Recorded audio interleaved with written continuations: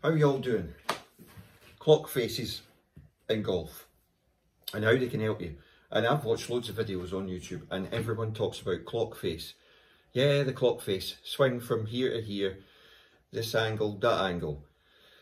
But here's where the 45 and the clock in the right place can help you. Now, if you're one of these visual players who can visualize a clock face, this is where you want it to be. So when you set up to the ball and you're in your normal setup position with a Vardon grip, you're swinging on the 45.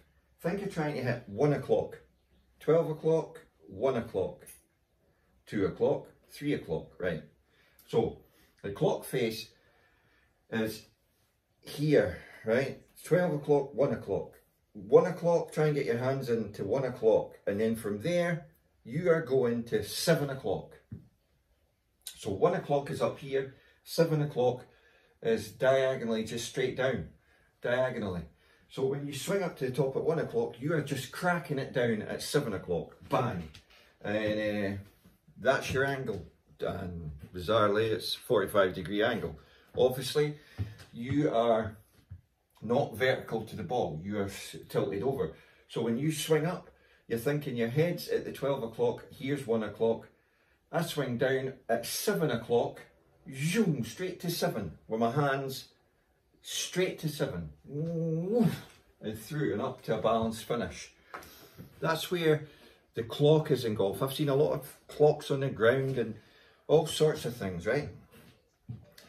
And that's fair enough. If you thought another way you could think about it is that it was, but it's too confusing to be bent over the ball.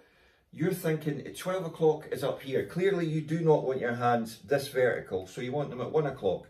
And then from 1 o'clock you want to go 7 o'clock.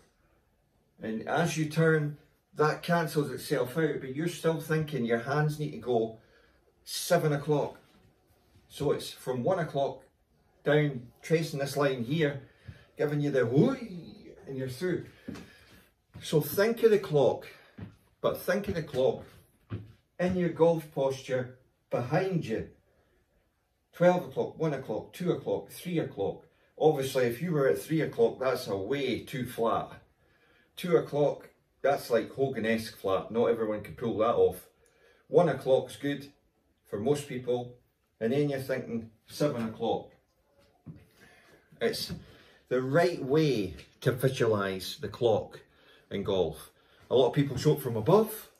You know the diagrams. A lot of people show it like out in front of you. I mean, really think about that clock when you're setting up or practicing, and get the relationship between the 45 throw and 1 o'clock and the 45 throw and 7 o'clock, and that'll just click with you, because nothing wrong with the clock analogy, but it's hugely wrong if you start putting it on the ground and start all sorts of things about like swing.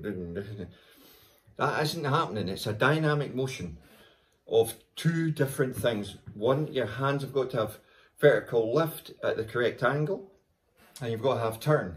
So it becomes like a flow, but you've got to think along the lines of, if we do the drill again, you're thinking 1 o'clock, 7 o'clock. 1 o'clock, 7 o'clock. That helps you with timing too, because most swings are kind of 1, 2, swings over. Thanks for watching. Hope you enjoyed this video. Hope it makes sense. It's all about tricking the mind into accepting that it's two simple moves put together on a plane, but it's driven by a straight line on a 45-degree angle. Thanks for watching.